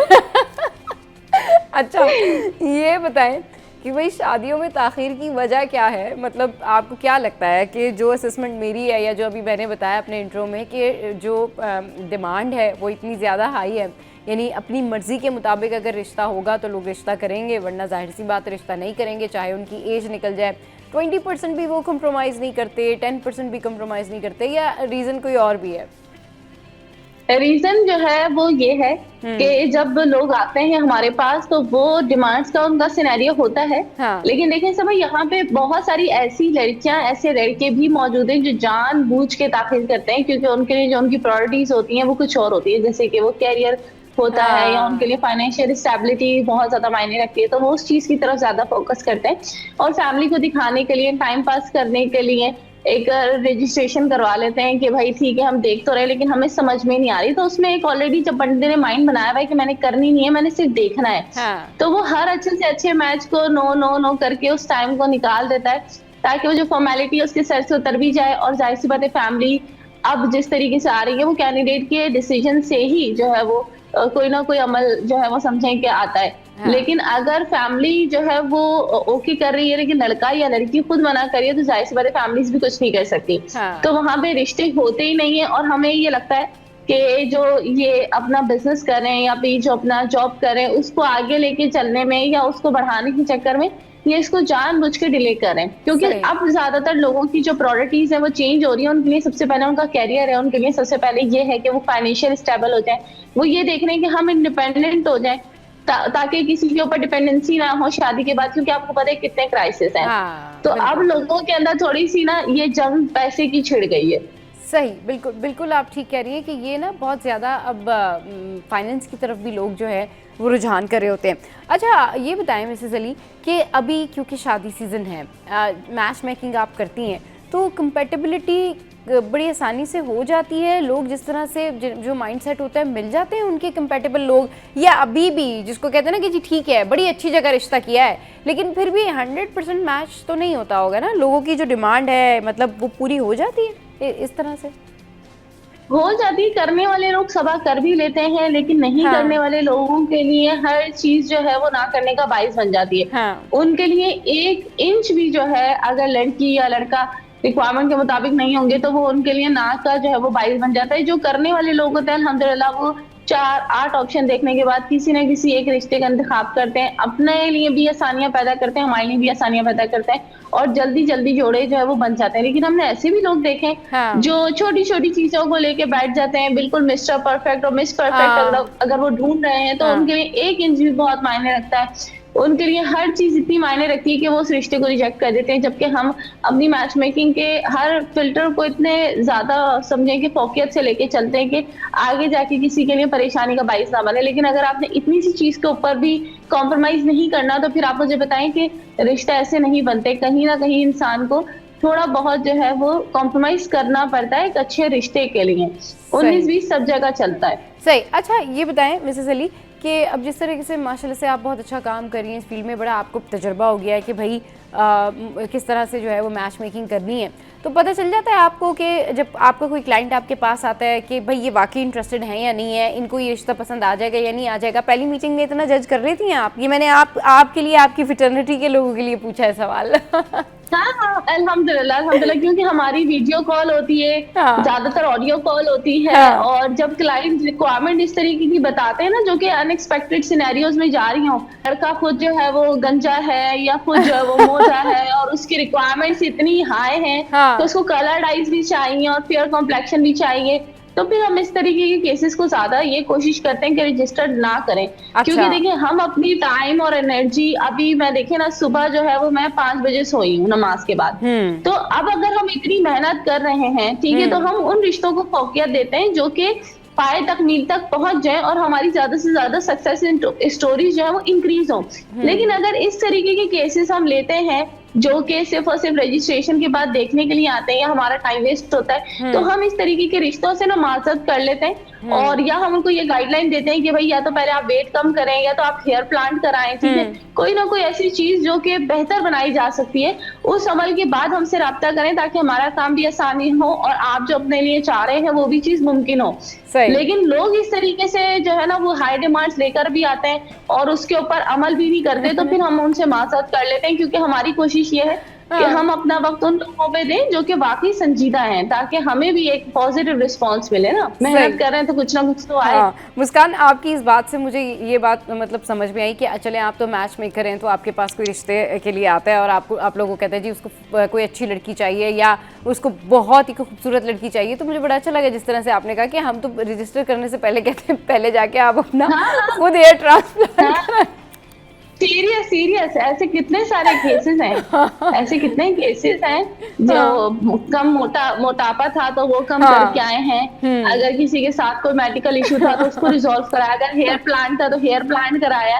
बहुत सारी चीजें हमने देखी हैं। और अभी हमारे पास एक रिसेंट केस भी आया था, वो बच्ची जरा सी आपको पता है जैसे नजर आपकी थोड़ी सी, हम उसको कहते हैं महंगी होना, या तो उसके साथ वो इश्यू था। तो लेकिन वो बच्ची बहुत खूबसूरत थी, उसको हमने गाइड किया, उसने वो मेडिकल ट्रीटमेंट ली, उसने उसकी पूरी सर्जरी कराई, माशाल्लाह उसके विजन बिल्कुल क्लियर है, वो जैसे सामने देख रहे सामने बिल्कुल प्रॉपर देख रही है। तो अब उसकी माशाल्लाह प्रोफाइल पे हम काम कर रहे हैं और बहुत आसानी है, जबकि वो 2 साल रिश्ते वाली आंटियों के धक्के खाते रहे, लेकिन उसको किसी ने गाइड नहीं करा, किसी ने कुछ नहीं करा। लेकिन एक प्रॉपर प्लेटफॉर्म पे Shaadi.org.pk अल्हम्दुलिल्लाह हम कोशिश ये करते हैं कि लोगों को ज्यादा से ज्यादा रहनुमाई दें ताकि वो अपने लिए बेहतर जो है वो फैसले कर सकें। चलिए जी, ये नहीं कि सिर्फ आप मैच मेकर ही नहीं है बल्कि सजेशन भी दे देती है कि अगर आपको अच्छा रिश्ता चाहिए किसी को तो वो मिसेज अली उनको बता देती है कि आप अपनी पर्सनैलिटी में ये चेंजेस कर लें, जाके प्रोसीजर करा लें। शो में यहाँ वक्त ब्रेक के बाद वापस आते हैं, फिर डिस्कशन कंटिन्यू करते हैं।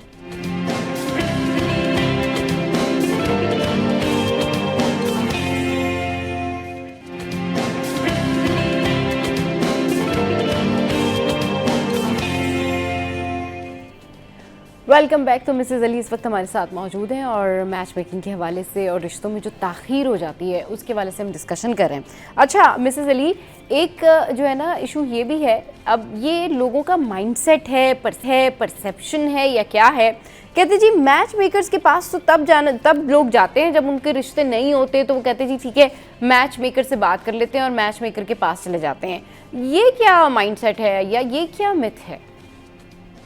नहीं, ये मिथ है, ये मिसकंसेप्शन है। क्योंकि हमारे पास वो लोग नहीं आते जिनको रिश्ते में प्रॉब्लम आती है, हमारे पास वो लोग आते हैं जिनको सराउंडिंग से अपनी रिक्वायरमेंट्स मुकम्मल होते हुए नहीं नजर आती, या वो कजन मैरिजेस में नहीं जाना चाहते, या अपनों में वो शादी नहीं करना चाहते, या उनकी एक ऐसी एक्सपेक्टेशन होती है, आप ये समझे कि किसी को बाहर का रिश्ता चाहिए। तो आप खानदान में अगर रिश्ता करें या आप दोस्तों यारों में रिश्ता करें तो वहां पे आपको बस 2 से 4 रिश्तों तक की ही जो है वो समझे सहूलत मैसर होती है। लेकिन अगर आपको ज्यादा तादाद में रिश्ते देखना और अपने इस फैसले को अच्छा बनाना है, जहाँ पे आप जाहिर सी बात है जितना अब देखिए ना शॉपिंग करने भी जाते हैं तो ज्यादा सारी चीजें देखते हैं ताकि बंदा बेस्ट वन की तरफ जा सके। तो इसी तरीके से अगर आप किसी ऐसे प्लेटफॉर्म की तरफ आते हो जहाँ पे एक ज्यादा क्वांटिटी में आपको रिश्ते देखने को मिल रहे हैं और आपके लिए वहां आसानी है फैसला लेने से बनिस्बत इसके के गली मोहल्ले के 2-3 रिश्ते देख के ही डन कर लिया, तो लोग इस चीज से अवेयर हैं अल्हम्दुलिल्लाह कि वो जो है वो एक ऐसे प्लेटफॉर्म को अप्रोच करते हैं जहाँ पे उनको ज्यादा से ज्यादा रिश्ते और देखने की सहूलत मौजूद हो और वो अपने लिए एक बेहतर रिश्ते का इंतखाब करें। वो इंटरनेशनल भी हो सकता है, वो लोकल भी हो सकता है, क्योंकि देखें जो रिश्ता आंटी होती है वो बराबर घर में होती है, बराबर गली में होती है, तो वो बस मोहल्ले के इलाके के ही रिश्ते दिखाती है। ठीक है, वो दूसरे ब्लॉक में भी लेके नहीं जाती, दूसरे फेस में भी लेके नहीं जाती। क्यों? क्योंकि उसकी वहां तक आपकी समझे कि पहुंच ही नहीं होती। तो अगर आप किसी ऐसे प्लेटफॉर्म को अप्रोच करते हैं तो वहां पे आप एक ही वक्त में बहुत सारे रिश्तों को देख लेते हैं। और बहुत सारे लोगों का ये है कि वो डरते हैं मैरिज ब्यूरोज में आने से, क्योंकि उनको ये लगता है कि यार हमारी बदनामी होगी। तो लेकिन हम ये भी प्लेटफॉर्म के थ्रू अपने लोगों को गाइड करते हैं कि इसमें बदनामी नहीं होगी। अगर आप अपनी बच्चियों के लिए बेहतर मुस्तकबिल चाहते हैं तो आपको जाहिर सी बात है सोसाइटी से हट के एक ऐसा फैसला लेना पड़ेगा जो आपके बच्चों के लिए जो है वो रोशन मुस्तकबिल का बाइस बने। सही। ये बिल्कुल आप ठीक कह रही हैं कि आपको फैसले जो है ना वो अच्छे लेने चाहिए। अच्छा, क्योंकि हम बात कर रहे हैं कि क्यों डिले हो जाती हैं लोगों की शादियां और क्यों इतना टाइम लग जाता है, इससे न सिर्फ उनके घर वाले, खुद उनकी पर्सनालिटी के ऊपर बड़ा बैड इम्पैक्ट पड़ रहा होता है। और ये जो सोसाइटी है, हालांकि ये कोई प्रॉब्लम नहीं है, अगर किसी की शादी नहीं हुई है तो इट्स ओके फाइन, मगर हमारा मुआशरा, हमारी सोसाइटी जो है उसके भी आप जानती हैं कि स्ट्रक्चर किस तरीके से है। तो आपको क्या वजूहात नज़र आती हैं जब लोग आपके पास आते हैं? मतलब कितनी ऐसी ख़वातीन आपके पास आती हैं जो कि थोड़ा एज्ड होती हैं या मर्द हजरात भी, और क्या वजूहात क्या बताते हैं वो कि भाई क्यों ताख़ीर हो गई, अब क्यों उन्होंने आपको कहा कि फाइनली भाई अब आप ढूंढ दें, क्या घर वाले तो नहीं ढूंढ पाए? वजूहात क्या होती हैं मिसेस अली, ज़रा से ये बताएं। वजूहात ही होती है। देखिए, अल्लाह पाक ने हर किसी को जोड़ों में बनाया है। जब आप इस चीज को डिले करते हो ना कि अच्छे से अच्छे रिश्ते के चक्कर में बैठे हुए हो, या आपकी प्रायोरिटीज चेंज हो गई और आप वक्त पर अपना फैसला नहीं ले पा रहे जो जिंदगी के लिए बड़ा है और अहम है, तो वहां पे आपके लिए थोड़ा बहुत जाहिर सी बात है चैलेंज लाइफ में आता है। अब रिसेंटली मेरे पास एक केस आया था, हमने उसकी केस स्टडी बहुत अच्छी बनाई कि लड़कियों को चाहिए कि अपने आप को मेडिकली और मेंटली दोनों फिट रखने के लिए अपने ये जो डिसीजन है शादी के, वो टाइम पे लें। अच्छा, आपके हार्मोन्स होते हैं, आपके अंदर के केमिकल होते हैं जो कि इस फिजिकल रिक्वायरमेंट की वजह से डिस्टर्ब हो रहे होते हैं। तो यहाँ पर जब लोग फैसले नहीं लेते ना, तो उनको बहुत ज्यादा प्रॉब्लम ही आती है कि उनका चिड़चिड़ापन आ जाता है। उनके अंदर जो है ना वो बर्दाश्त कम हो जाती है, वो किसी से अपनी पर्सनल बातें शेयर नहीं कर पाते हैं, किसी ऐसी चक्करबाजी में नहीं होते, तो वो उनकी जो केमिकल है, जो हार्मोन्स है, वो अंदर इस फिजिकल नीड्स की वजह से डिस्टर्ब हो रहे होते हैं। अब मेरे पास एक रिसेंट केस आया, शी वाज अबाउट 33। तो उसने कहा कि मैं पिछले 1.5 साल से रिश्ते देख रही हूँ, लेकिन जो है ना वो कोई जो है वो समझ में नहीं आ रहा रिश्ता। तो वो अपनी पूरी फैमिली के साथ आई थी। सब आप यकीन करिए, जब मैंने उससे बात करनी शुरू करी तो वो हर बात का मुझे इतना कोई तनक के जवाब दे रही थी। उसका लहजा जो है ना वो बहुत डिस्टर्बिंग था कि मेरा हर सवाल उसके लिए जो है ना वो एक अजीब सा उसका मुझे रिप्लाई आ रहा था। तो मैंने उसको कहा कि जी आपका जो लहजा है ना वो इतना सख्त है, इतना तलख है, ये इसका वजह क्या है? तो उसने कहा कि मुझे ज्यादातर लोग यही बोलते हैं, लेकिन मेरा तो ये नॉर्मल स्टाइल है, मैं तो नॉर्मल ऐसी बात करती हूँ। मैंने कहा आपके लिए नॉर्मल होगा, लेकिन अगर बीइंग अ पर्सन में देखूं तो मुझे आपका जो रिप्लाई है वो एबनॉर्मल लग रहा है, कि जैसे आप कोई भरी बैठी हो और आप मुझ पे शायद उस चीज का गुस्सा या गरज निकाल रही हो। तो मैंने उनकी फैमिली को गाइड किया। मैंने कहा देखिए, अगर 1.5 साल से ये रिश्ता देख रही हैं और पेरेंट्स आते हैं, बहनें आती हैं, इनके साथ बैठती हैं, इनका ये लहजा देखिए, कौन अपने घर में ऐसी भाभी लेके आना चाहेगा, कौन अपने घर में ऐसी बहू लेके आना चाहेगा जो एक सादी सी बात पे भी इतना तलख के और इतना रूड होके जवाब दे रही है। मैंने कहा इनकी थेरेपी करवाएं, इनको नरमी की तरफ लाएं। ये कोई भी ऐसा लहजे में आपको जवाब दे रही है तनक के, उसको बोले कूल डाउन रह के नरम रहे। फिर मैंने उसको थोड़ा सा इस चीज की प्रैक्टिस कराई और आप यकीन करें वो अभी भी इसके ऊपर काम कर रही है कि आप नॉर्मल चीज में भी ऐसा रिप्लाई कर रहे हैं लोगों की जो मतलब ये इस तरह से है ना, ये मुस्कान इस तरीके से है ना कि अगर फर्ज करें आपने मुझसे नॉर्मली पूछा जी अच्छा ठीक है आपका दिन कैसा रहा, मैं कहूंगी हाँ ठीक रहा। अब आप मुझसे ज्यादा बात करेंगी तो मैं इरिटेट होंगी ना, कुछ लड़कियां इस तरह की होती हैं और फिर आगे से ये जवाब आता है मैं तो ऐसे ही हूँ, ओके फाइन।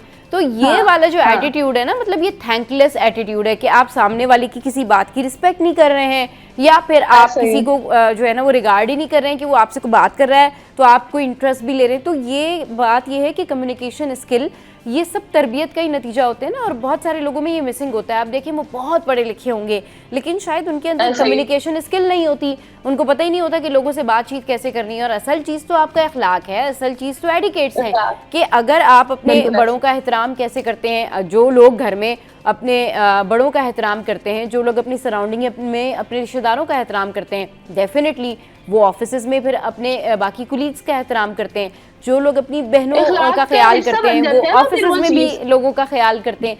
तो ये तो तरबियत है ना, वो तो ये तो लाइफ टाइम है। लेकिन कुछ लोगों में ये चीज़ें भी मिसिंग होती हैं और आपने ये बहुत अच्छा पॉइंट जो है वो रेज किया कि लोगों के एटीट्यूड की वजह से भी उनके रिश्ते नहीं होते, उनकी कम्युनिकेशन परेशानी आती है, हाँ प्रॉब्लमेटिक होती है। मैं भी ऐसे 2-3 लोगों को जानती हूँ जिनके साथ ये प्रॉब्लम है कि शायद उनके बात करने के तरीके में प्रॉब्लम है और उस वजह से बहुत सारे लोग ये कहते हैं कि ये तो हमें नॉर्मल जवाब इस तरीके से दे रहे हैं।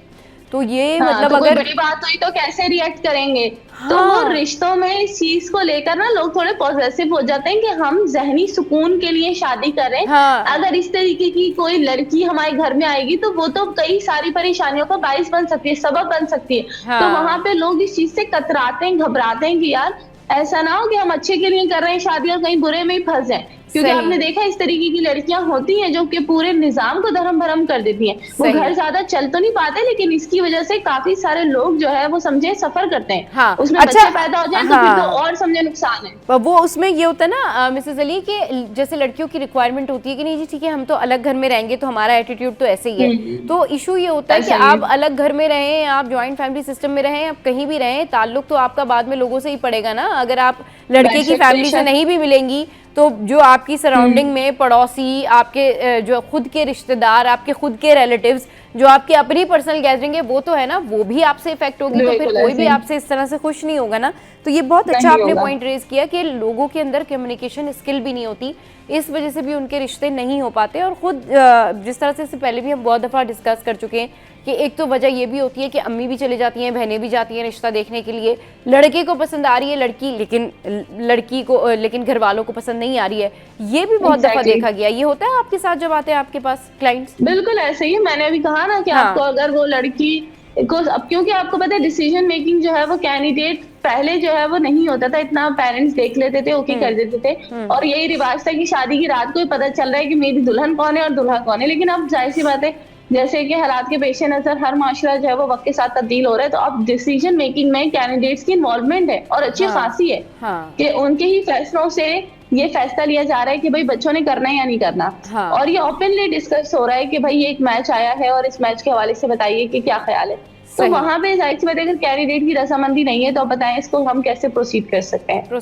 लेकिन अच्छा भी एक तरीके से अच्छा भी है क्योंकि जिसने जिंदगी गुजारनी है, मैं समझती हूँ कि उसका ज्यादा रोल होना चाहिए बनिस्बत पेरेंट्स के या बहन भाइयों के, क्योंकि जिसने जिंदगी का अपना करना है, गुजारनी है, उसके लिए सबसे पहले हो कि ये उसका फैसला है। सही। अच्छा ये बताएं मुस्कान के लड़कियों को आप क्या सजेस्ट करेंगी, क्या सजेशन है आपके लिए कि भाई वो अपनी ग्रूमिंग, कहते हैं ना कि जी ठीक है सिर्फ मेकअप की ग्रूमिंग काफी नहीं है कि भाई आपने खाली मेकअप कर लिया है या आपने कुछ ट्रीटमेंट करा लिया है तो it's fine enough.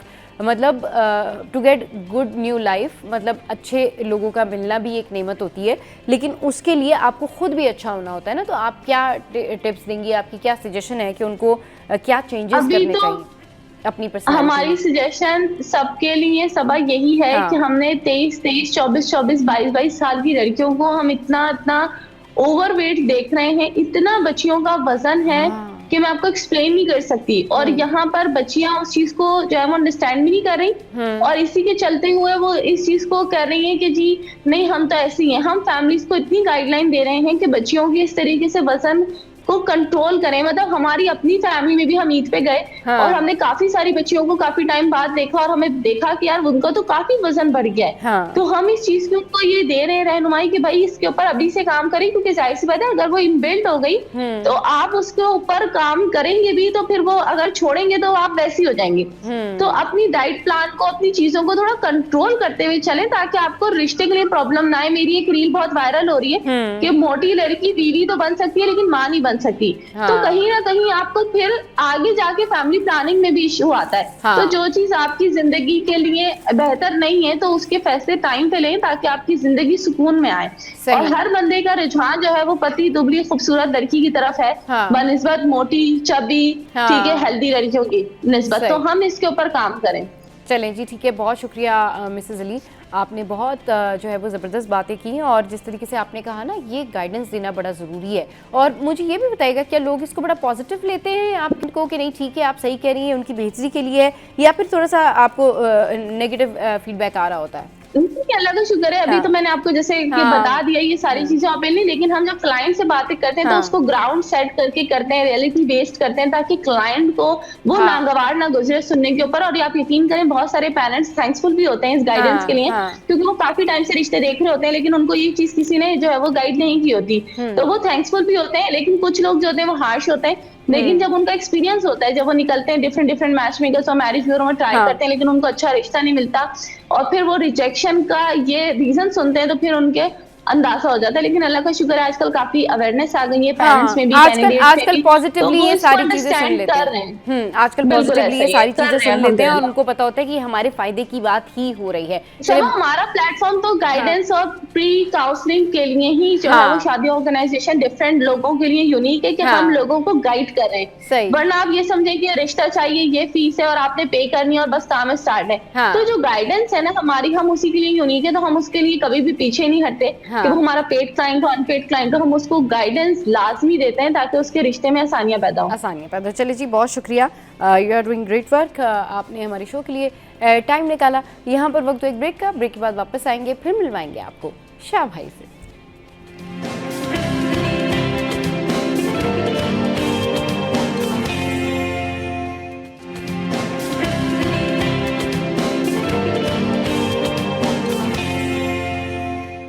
Welcome back. तो भाई बात कर लेते हैं हम हेल्थ से रिलेटेड, और हेल्थ में सबसे ज़्यादा इंपॉर्टेंट क्या चीज़ है? आपका दिमाग, आपका दिल, आपकी सोच।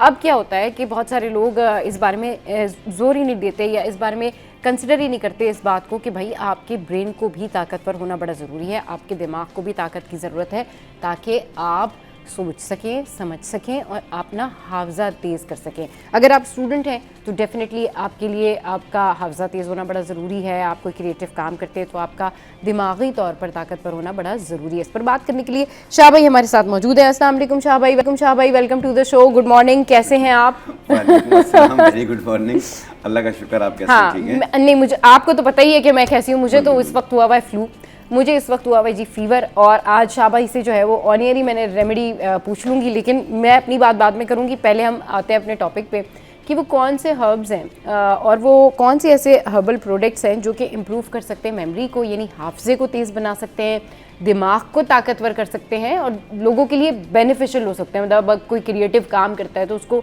बहुत ज़्यादा सोचना पड़ता है, बहुत ज़्यादा जो है ना उसकी एनर्जी सर्व हो रही होती है, तो उसके लिए क्या करना चाहिए? देखिए, ओवर थिंकिंग, दूसरा स्ट्रेस लेवल का हाई होना, डिप्रेशन, हर चीज़ का अपने ऊपर हैवी कर देना और परेशान रहना, तो ये आस्ते आस्ते मेमोरी को लॉस करना शुरू हो जाता है। आस्ते आस्ते आप बात करते करते भूल जाएंगे, कोई भी बात कर रहे होंगे आप भूल जाएंगे। आप कहेंगे मैं कहाँ पे था, क्या बोल रहा था, फिर कहेंगे हाँ अच्छा यहाँ से फिर दोबारा स्टार्ट लेते हैं वो। ठीक है, एक ये प्रॉब्लम रहती है। दूसरा ये है कि कुछ चीज़ें ऐसी होती हैं कि नाम भूल जाते हैं, कहते हैं यार इसको मैंने कहीं देखा, इसका नाम, हालांकि 10 दफा बेचारा बता चुका होता है। वो short temper memory loss type की भी कोई चीज होती है। कुछ माजी की चीजें भूल गए, कुछ ऐसी चीजें जो बिल्कुल जहन से निकल चुकी हैं।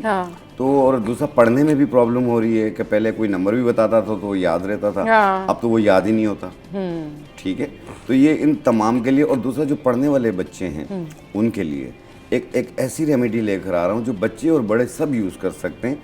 उनकी शॉर्ट और लॉन्ग मेमोरी दोनों बेहतर हो जाएगी इससे। वो क्या है? ये बहुत अच्छी चीज़ है। देखिए, सबसे पहली चीज़ लेनी है आपने ये बिनोला, ये स्ट्रेस लेवल को भी कम करती है। ये देखें, ये स्ट्रेस लेवल को भी खत्म करती है। अच्छा शाह भाई, इसको थोड़ा सा आप ऊपर करके जरा कैमरे की तरफ। जी जी जी, ये देखें आप, ये मगज़े बिनोला है। ठीक है, ये कपास के बीज होते हैं, ये स्ट्रेस को भी ख़त्म करती है और मेमोरी को बेहतर करती है। ये आप लेंगे, इसका ये पाउडर है, ये हम लेंगे 50 ग्राम। दूसरी चीज़ है मगज़े धनिया, ये धनिया का मगज़ होता है। ठीक है, ये भी आप लेंगे, बराबर वजन लेंगे, जैसे 50 ग्राम ये लिया, 50 ग्राम वो लिया। और मिश्री, जो मीठी वाली मिश्री होती है, ये शाह भाई ये थोड़ा सा आप उठा के अगर दिखा दें ना, ये ज़रा सा कैमरे के सामने थोड़ा सा। ये देखें, ये देखें, ये मिश्री है। हाँ ठीक है, ये हम लेंगे, ये भी 50 ग्राम। सही। और इस तरह ये देखें, ये इसका पाउडर है, आप देखें, ये इसका पाउडर है, ये भी हमने डाल दिया इसमें।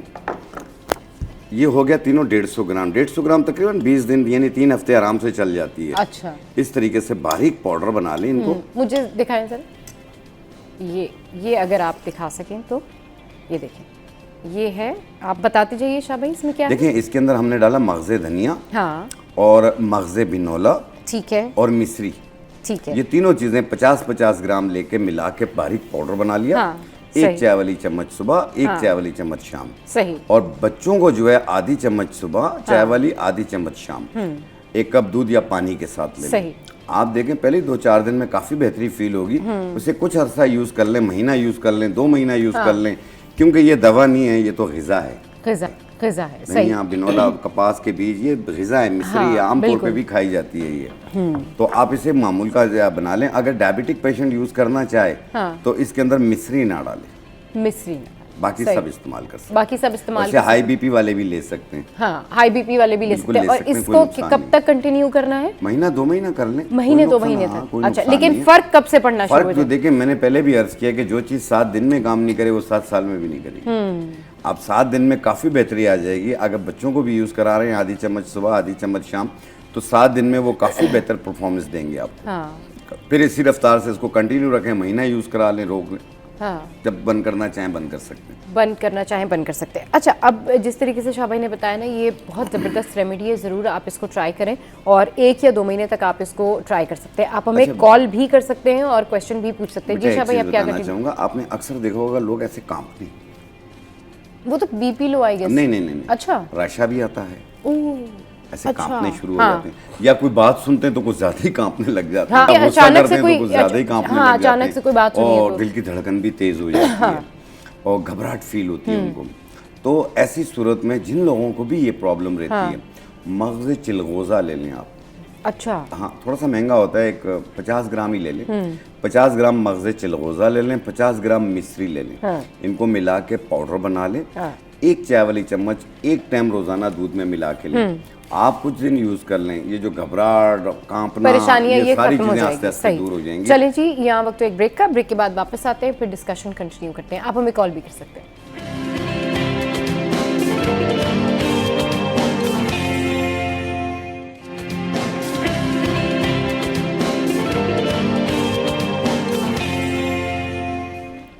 Welcome back. तो भाई बात हो रही है कि किस तरीके से आप अपना हाफजा तेज़ कर सकते हैं, उसकी रेमेडी भी जो है वो शाह भाई ने अभी हमारे साथ में शेयर की है। अब दीगर इश्यूज़ के बारे में बात कर लेते हैं।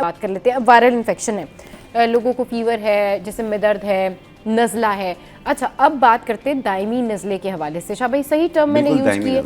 अच्छा, ये बताएं कि दायमी नज़ला क्या होता है और इसका इलाज कैसे किया जाए। अगर मैं अपने बारे में बात करूँ तो ये होता है कि यूजुअली जब कभी भी वायरल इन्फेक्शन होता है, फ्लू हो गया, आपने जाके डॉक्टर से मेडिसिन ले ली, उसके बाद फिर सम टाइम मतलब कुछ अरसे बाद जो है वापस आपको लगता है नहीं दोबारा से हो रहा है, कंजेशन हो रही है।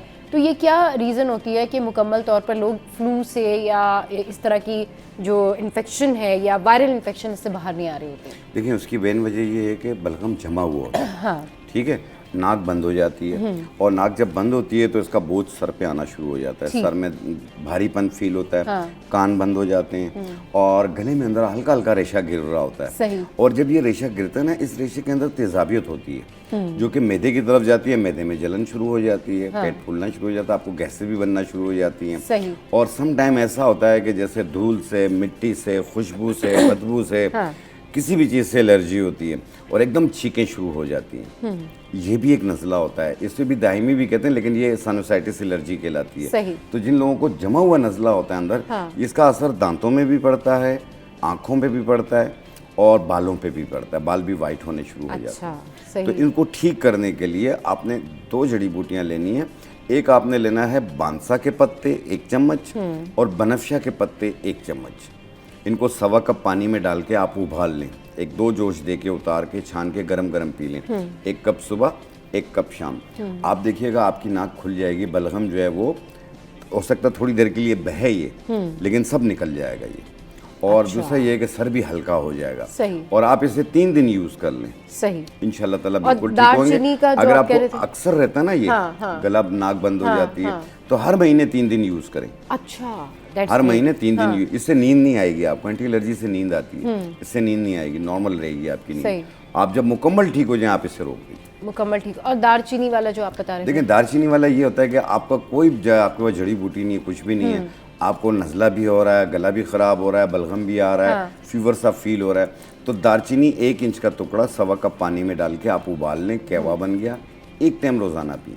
अच्छा। आप देखें फ़र्क आपको 15-20 मिनट में पता चल जाएगा। अच्छा। ठीक है, थोड़ी देर के लिए लेट जाए, आप देखें आपको फ़र्क आना शुरू हो जाएगा। सही। ये उनके लिए भी बेहतर है जिनको बहुत ज़्यादा खराटे आते हैं। अच्छा। खराटों को भी ख़त्म करता है। अच्छा, कितने दिन है उनकी ये रेमेडी? खराटों के लिए तो आप 7 दिन यूज कर लें। अच्छा। और आमतौर पे नज़ला जो जमा हुआ है इसके लिए 2-3 दिन यूज कर लें। वो कहवा बना के रोजाना 1 इंच का टुकड़ा 1.25 कप पानी में डाल के उबाल लें। सही। फिर इसे उतार के छान के पी लें, एक टाइम रोजाना। चलिए जी, अब स्किन केयर की बात करते हैं। अब क्योंकि सीजन चेंज हो गया है और आपको पता है कि स्किन केयर बड़ा ज़रूरी है। इस सीज़न में तो बहुत ज़्यादा ज़रूरी हो जाता है क्योंकि गर्मी, फिर धूप, और फिर बात ये होती है कि अगर किसी ने अपनी स्किन की केयर बहुत ज़्यादा अच्छी की हुई है ना विंटर में, तो वो फिर होता है कि समर सीज़न में आके वो बहुत ज़्यादा जो है ना वो टेंशन में आते हैं कि भाई अब इसको मेंटेन कैसे रखा जाए। तो शाह भाई, सबसे पहले तो ये बताएं कि जब लोग धूप में बाहर जाते हैं तो सन ब्लॉक तो लोग यूज़ कर रहे होते हैं, लेकिन अगर कोई सन ब्लॉक नहीं लगाता, और हमारे यहाँ बहुत सारे लोग सन ब्लॉक नहीं लगाते इस वजह से कि वो कहते हैं जी वो थोड़ा चिपचिपा होता है या प्रॉब्लम होती है, तो सन ब्लॉक का ऑल्टरनेट कोई ऐसी चीज़ है जो वो अपने घर से लगा के जाएं और वो सन ब्लॉक का ऑल्टरनेट हो और उनको जो है वो धूप से इतना इफेक्ट नहीं हो, टैन नहीं हो उनकी स्किन? देखें, जो इसके लिए जो सबसे बेहतरीन है वो गुले धावा है। अच्छा। गुले धावा, इसे दाऊदी के फूल भी कहते हैं, गुले दाऊदी भी कहते हैं, गुले धावा भी कहते हैं। ये आप गुले धावा भी कहते हैं और इसे गुले दाऊदी भी कहते हैं। ये पंसारी के पास मिल जाती है। ये मैरून कलर का फूल होता है और छोटे छोटे पीसेस में मिलता है। इसे पहले साफ कर लीजिए, इसमें मिट्टी होती है, और साफ करके फिर बारीक पाउडर बना लें आप इसका रेशो यूं रखना है आपने 20 ग्राम आपने लेना है गुले दावा, 20 ग्राम आपने लेना है संदल की लकड़ी का पाउडर, सफ़ेद संदल की लकड़ी का, और 20 ग्राम सफ़ेदा काशगरी। इन तीनों को मिला के बारीक पाउडर बना ले। फिर जितना लगाना हो उतना आपने दूध में या अरके गुलाब में इसका पेस्ट बनाएं, पूरे चेहरे पे लगाएं। 20 मिनट के बाद आप चेहरा धो लें। अच्छा। आप देखना, इससे आपका कलर भी बेहतर हो जाएगा। कलर साफ भी होगा, स्किन भी अच्छी हो जाएगी। बाहर निकलेंगे तो आपको इचिंग फील नहीं होगी, जैसे रेड निशान बन जाते हैं धूप से। हाँ, धूप से बचेंगे इंशाल्लाह। इससे ये आपको महफूज रखेगी आपकी स्किन। अच्छा, ये थोड़ा सा कवर करता है। ठीक है, बहुत बेहतरीन है ये। सब बच्चियां और बच्चे इस्तेमाल तो ये कह सकते हैं कि ये जो गुले धावा है या ये जो गुले दाऊदी जो है, इसका ये ऑल्टरनेट है सन ब्लॉक का। सन ब्लॉक का भी ऑल्टरनेट है, और दूसरा ये है कि ये पिगमेंटेशन को भी खत्म करता है। अच्छा, मतलब जो लोग सन ब्लॉक नहीं लगाना चाहते वो लोग गुले दाऊदी का ये जो पाउडर है, गुले दाऊदी का पाउडर, संदलवुड पाउडर और सफेदा काशगरी, ये 3 चीजें मिला के बराबर वजन। बल्कि ये तो आप कह रहे हैं ना, लगा के भी नहीं जाना, ये तो बस लगा के आप चेहरा धो लें, आप फिर जाएं। सही, तो आप धूप से भी बच जाएंगे, पिगमेंटेशन से भी बच जाएंगे, और जो आपको इचिंग होती है उससे भी, रेडनेस से भी आप बच जाएंगे। कलर भी आपका वाइट होगा, कलर भी फेयर होगा, और स्किन भी अच्छी हो जाएगी। ये तो बड़ी ज़बरदस्त जो है ना वो टिप शाह भाई ने बताई है, बड़ी ज़बरदस्त रेमेडी है। अच्छा शाह भाई, चलें, ये तो हो गया जी धूप से बचने का तरीका, स्किन को टैन होने से बचाने का तरीका। अब ये बताएं कि स्किन वाइटनिंग के लिए क्या करना चाहिए। ख़ास तौर से मुझे ना मैसेजेस जो आए, 2 मैसेजेस मुझे आए, उन्होंने कहा जी आप हमेशा लड़कियों के बारे में बात करती है कि लड़कियों की स्किन जो है वो कैसे गोरी होगी, और ख़वातीन के बारे में आप बात कर रही थी। आप ये बताया करें कि मर्द हजरात गोरे कैसे हो सकते हैं, ज़रा ये बताइए। बेटा आपका जो प्रोग्राम है वो तो सबके लिए होता है, सबके लिए और हमेशा आपने जब भी, तो मैंने कहा लड़कियां और लड़के दोनों यूज कर सकते हैं, दोनों। हाँ, ठीक है। तो जो लोग भी अपना कलर फेयर करना चाह रहे हैं, मुख्तलिफ किस्म की चीजें यूज करते हैं, महंगी यूज करते हैं, आपको उन महंगी चीजों में जाने की जरूरत नहीं है। एक फूल आते हैं हर्बिस्कस के फूल। अच्छा। जी हाँ, इसको गुले गुड़हल भी कहते हैं। इसके अंदर ग्लूटाथायोन और विटामिन सी की मिकदार बहुत पाई जाती है। सही। आप इसका एक फूल 1 गिलास पानी में रात को डिप कर दें, रात भर पड़ा रहे, सुबह निहार पेट छान के पी लें। एक टाइम रोजाना पीना है, और ये कंटिन्यू आपने 2 महीने पीना है। सही। लेकिन जैसे मैंने अर्ज किया कि जो चीज़ 7-8 दिन में काम नहीं करे वो 7-8 साल में भी नहीं करेगी। सही। आपने ये जारी रखना, और लगाने के लिए आपने आकाश बेल आप ये लेना है 20 ग्राम, और गुल बाबूना जिसे कैमोमाइल भी कहते हैं, ये भी 20 ग्राम, हुस्न यूसुफ 20 ग्राम। ये तीनों चीज़ें 20-20 ग्राम ले लें, और इसके अंदर 100 ग्राम उपटन डाल लें, कोई भी अच्छा वाला, मिला के पाउडर बना लें। फिर जितना लगाना हो उतना दूध में या के गुलाब में पेस्ट बनाएं, पूरे चेहरे पे, गर्दन पे, हाथ पाँव पे, पूरी बॉडी पे भी लगा सकते हैं। सही। 15-20 मिनट लगा रहने दें, फिर शावर ले लें या धो लें। आप एक टाइम रोजाना करें, और गुले गुड़हल का पानी एक टाइम रोजाना पिएं। आप देखें 10 दिन में आप गोरे गोरे नजर आएंगे, लेकिन इसको जब मुकम्मल क्लियर हो जाए फिर छोड़ दीजिएगा, आधे में मत छोड़िएगा। हाँ, सही। चले जी, शाह भाई ने बहुत ज़बरदस्त रेमेडी बताई है हमें, और वो जितने भी सारे मर्द हजरात हैं जो कहते हैं जी सिर्फ खवातीन के गोरे होने की बात हो रही थी, ये सब के लिए रेमेडी होती है, लेकिन अभी आपने स्पेशली ये मर्दों के लिए, हाँ, और खवातीन दोनों यूज़ कर सकते। चलिए जी, अभी दोनों, अब फिर दोबारा दोनों के लिए बताइए, तो ज़रूर जब आप ये यूज़ करेंगे तो आपकी स्किन जो है वो बेहतर हो जाएगी, कलर आपका एनहांस हो जाएगा, वाइट हो जाएगा, और फिर वो जो आप कहते हैं ना स्किन वाइटनिंग आपने रेमेडी नहीं बताई, तो वो शाह भाई ने भी आपके साथ में शेयर किया। चलिए शाह भाई, बहुत शुक्रिया शो में आने के लिए। बेटा आपके लिए एक मैसेज था, हमारे कयूमाबाद के लोग आपको बहुत पसंद करते हैं और आपका शो जरूर देखते हैं। अच्छा, तो उनके लिए कोई मैसेज देना चाहेंगे? क्या जगह बताइए? कयूमाबाद के लोग। चलिए जी, thank you very much for watching us, और बस ये आप लोगों का प्यार है, और आप लोगों की वजह से ही हम इतना अच्छा शो करते हैं, आप लोग पसंद करते हैं, अप्रिशिएट करते हैं, उसके लिए thanks a lot. Thank you Shah भाई, आप हमारे शो पर आए। चलिए जी, आज का शो जो है वो एंड अप हो गया है, और आज का शो आपको कैसा लगा बताइएगा, इसका फीडबैक दीजिएगा हमारी सोशल साइट पर। हंसते रहिए, मुस्कुराते रहिए, कीप वॉचिंग सिटी@10।